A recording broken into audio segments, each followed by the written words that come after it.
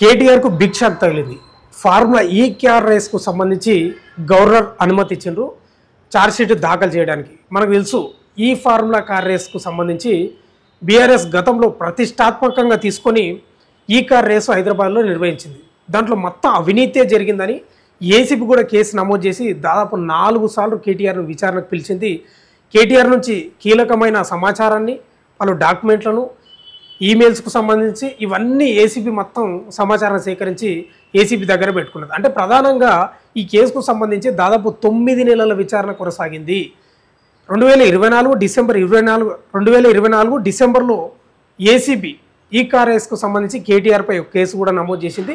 అంటే ఈ కేసులో ప్రధానంగా క్విడ్ ప్రోకో జరిగింది. అంటే గతంలో కేటీఆర్ అనుమతితోటే 54 కోట్లకు పైగా నిధులను విదేశీ కంపెనీకి అప్పనంగా దారబోసిండ్రు అనేది ప్రధాన ఆరోపణ. ఎందుకంటే హెచ్ఎండిఏ అనుమతి లేదు, క్యాబినెట్ అనుమతి లేదు. మున్సిపల్ మంత్రిగా ఉన్నటువంటి కేటీఆర్ ఆదేశాల మేరకే ఈ యొక్క కోట్లను 54 కోట్లను దాదాపుగా విదేశీ కంపెనీకి అప్పచెప్పిన అనేది ప్రధాన ఆరోపణ. దీనిలో పూర్తి స్థాయిలో అవినీతి జరిగింది. మళ్ళీ దట్టు ఏంటంటే ఇంకోటి, ఎలక్షన్ కోడ్ ఉన్న సమయంలో ఈ డబ్బంతా విదేశీ కంపెనీకి అప్పచెప్పిన అనేది ప్రధాన ఆరోపణ. అయితే ఈ విచారణ దాదాపు 9 నెలలుగా కొనసాగుతుంది. ఇంతవరకు ఒక్క అడుగు కూడా ముందరికి పడని పరిస్థితి. అయితే ఈ విధంగా జరిగిన విచారణలో ఇప్పటికీ కేటీఆర్పై 4 సార్లు విచారణ కొనసాగించిన ఏసీబీ అరవింద్ కుమార్పై 5 సార్లు విచారణ కొనసాగింది. అయితే ఇదంతా ప్రాసెస్ అయిపోయిన తర్వాత మొత్తం ఏసీబీ మొత్తం సమాచారం సేకరించి ఇక రెడీగా అతనిపై ఛార్జ్షీట్ నమోదు చేసి కోర్టులో ప్రవేశపెట్టడానికి అన్ని రకాలుగా సిద్ధం చేసుకున్నది. కానీ కేటీఆర్ ప్రజాప్రతినిధి కాబట్టి గవర్నర్ అనుమతి కోసం గతంలో ప్రభుత్వం లేఖ రాసింది. అంటే సెప్టెంబర్ 9న లేఖ రాసింది. మీ అనుమతి ఇస్తే కేటీఆర్పై చర్యలు తీసుకుంటాం అని ఒక లేఖ రాస్తే దాదాపు 10 వారాల తర్వాత గవర్నర్ అనుమతి ఇచ్చాడు. అంటే ఈ యొక్క అనుమతితోటి, అంటే ఈ రోజే వచ్చింది బిగ్ బ్రేకింగ్ న్యూస్ ఏంటంటే అనుమతి ఈ రోజే వచ్చింది. ఈ అనుమతితోటి ఏసీబీ ఒక ముందడుగు వేసే పరిస్థితి కనిపిస్తుంది. ఇక కేటీఆర్ నుంచి సేకరించిన మొత్తం సమాచారాన్ని క్రోడీకరించి ఏసీబీ కోర్టులో ప్రవేశపెట్టి అటు వాదనలు విన్న తర్వాత ఏం చర్యలు తీసుకుంటారనేది కూడా ఒక వాదన కూడా నడుస్తుంది. ఇప్పటికే ఈ కేసులో A1గా కేటీఆర్, A2గా అరవింద్ కుమార్, A3గా బిఎల్ రెడ్డి కూడా ఉన్నారు. అంటే ప్రధానంగా ఈ ఫార్ములా కార్ రేస్కు సంబంధించి చాలా అవినీతి జరిగింది. అటు బీఆర్ఎస్ ఏమో మేము గొప్పగా చేసినాం, మేము ప్రపంచ పటంలో పెట్టినాం, ఈ కార్ రేస్కు సంబంధించి ఇక్కడ కార్ రేస్ నిర్వహించి ప్రపంచంలోనే నెంబర్ 1గా నిలిపే రకంగా చేస్తున్నామని వాళ్ళు చెప్పుకున్న పరిస్థితి. కానీ ప్రధానంగా కేటీఆర్ ప్రభుత్వం అధికారం కోల్పోయిన తర్వాత దీంట్లో ఖచ్చితంగా అవినీతి జరిగిందనేది ప్రధాన ఆరోపణ. అందులో భాగంగానే కాంగ్రెస్ ప్రభుత్వం అధికారంలోకి వచ్చిన తర్వాత కేసు నమోదు చేసి 9 నెలలుగా విచారణ కొనసాగింది. మనం గతంలో కూడా చూసినాం, కేటీఆర్ ఇప్పుడు అరెస్ట్ అవుతాడు, అప్పుడు అరెస్ట్ అవుతాడు రకరకాల వార్తలు వచ్చినాయి. కానీ ఇది ఒక రకంగా అసలు ముందర పడదా అనే ఒక అనుమానం కూడా రేకెత్తింది. ఈ మధ్యకాలంలో అనుకుంటా రేవంత్ రెడ్డి కూడా ఒక ప్రెస్ మీట్లో మాట్లాడుతూ, జూబ్లీహిల్స్ ఉప ఎన్నిక నేపథ్యంలో ఒక ప్రెస్ మీట్లో మాట్లాడుతూ, గవర్నర్కు మేము ప్రభుత్వం తరఫున లేఖ రాస్తే ఇంతవరకు అనుమతి రాలేదు, ఏంది కారణం అని ఆ ప్రెస్ మీట్లో కూడా ఒక వీడియోలో మాట్లాడి, ఆ వీడియో కూడా మీరు చూసుకోవచ్చు. మరి ఆ వీడియో మాట్లాడిన రేవంత్ రెడ్డి ఈరోజు గవర్నర్ అనుమతి వచ్చింది, మరి ఏం చర్యలు తీసుకుంటాడు, ముందడుగు పడదా? ఎందుకంటే కాంగ్రెస్ ప్రభుత్వం పదే ఆరోపిస్తుంటుంది, బీజేపీ బీఆర్ఎస్ ఒకటే అని ఆరోపిస్తుంటుంది. మరి ఒకటే కాదా అనేది ఈరోజు తెలిసిపోయింది.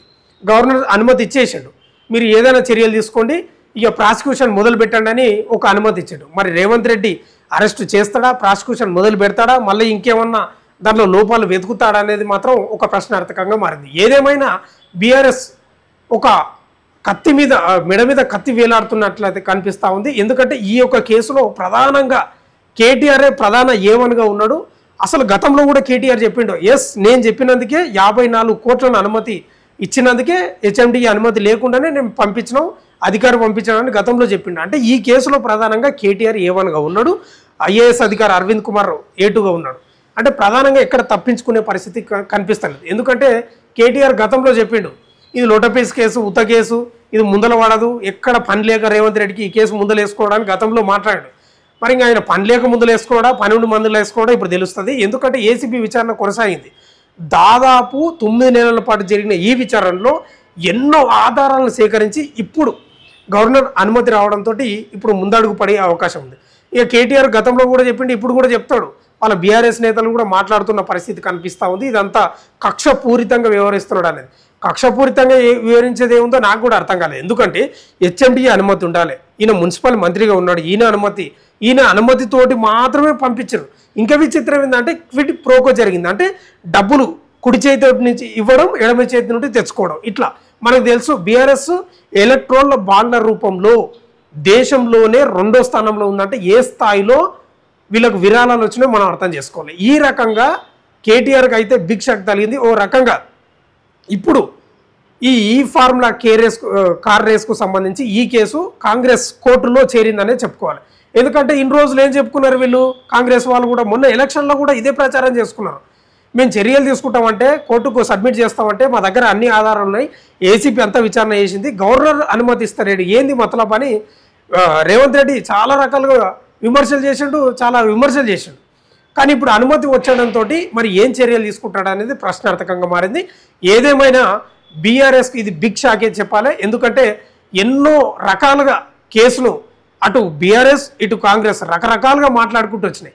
నేను హైదరాబాద్ బ్రాండ్ ఇమేజ్ని పెంచుదామని నేను చేస్తుంటే రేవంత్ రెడ్డి తెచ్చి దిగజారుస్తున్నాడు, హైడ్రా తెచ్చి నేనేమో గొప్పగా తీసుకుపోతున్నా, హైదరాబాద్ను ప్రపంచ పటంలో మళ్ళీ పెడుతున్నా నేను అని కేటీఆర్ చెప్పుకున్నాడు.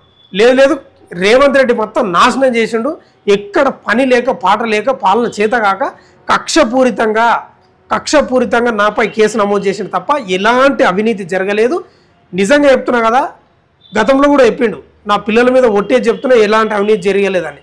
మరి ఏం జరిగిందో ఏం కథనో తెలియదు, కానీ మొత్తం మీద అదే ఏసీబీ విచారణకు ఇక ప్రాసిక్యూషన్ మొదలైందే. ఈ ప్రాసిక్యూషన్ ఏందయ్యా అంటే ఇక కోర్టుకు సబ్మిట్ చేస్తారు, కేటీఆర్ని అరెస్ట్ చేసి కోర్టుకు సబ్మిట్ చేసి కోర్టులో అటు ప్రభుత్వం తరపున వాదనలు అటు కేటీఆర్ తరపున వాదనలు విని జడ్జి ఏ నిర్ణయం ఇస్తాడనేది ఇక్కడ ప్రధానంగా. గంతే, ఏం లేదు. ప్రాసిక్యూషన్ అంటే గదే.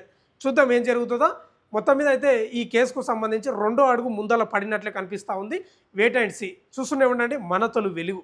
ప్రివెన్షన్ ఆఫ్ కరప్షన్ యాక్ట్ని అమెండ్ చేసి, prevention of corruption act, corruption ప్రాక్టీసెస్లో ఇన్వాల్వ్ అయిన any elected representative, minister or chief minister or any MLA, వాళ్ళ మీద చర్యలు తీసుకోవాలంటే ప్రాథమిక విచారణకు గవర్నర్ గారి అనుమతి తీసుకోవాలి, అరెస్టు చేయాలంటే గవర్నర్ గారి అనుమతి తీసుకోవాలి, ఛార్జ్షీట్ వేయాలంటే గవర్నర్ గారి అనుమతి తీసుకోవాలి. దానికి ఉదాహరణనే ఫార్ములా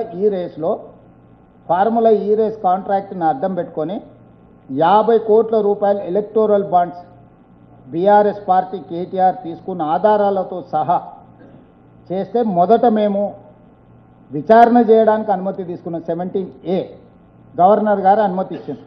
కంప్లీట్ విచారణ చేసినాక యాంటీ కరప్షన్ బ్యూరో డీటెయిల్తో సహా మొత్తం నివేదిక తయారు చేసి గవర్నమెంట్కి ఇస్తే గవర్నర్ గారి అనుమతికి లేఖ రాసింది.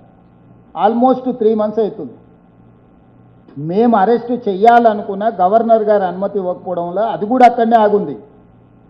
మేము చెయ్యాలనుకున్న కుదరదు. ఇంకా కొనసాగింపుగా చెప్పాలంటే ఇక్కడ జర్నలిస్టులు ఉన్నారు, ఆంధ్రప్రదేశ్ రాజకీయాలు కూడా తెలుసు.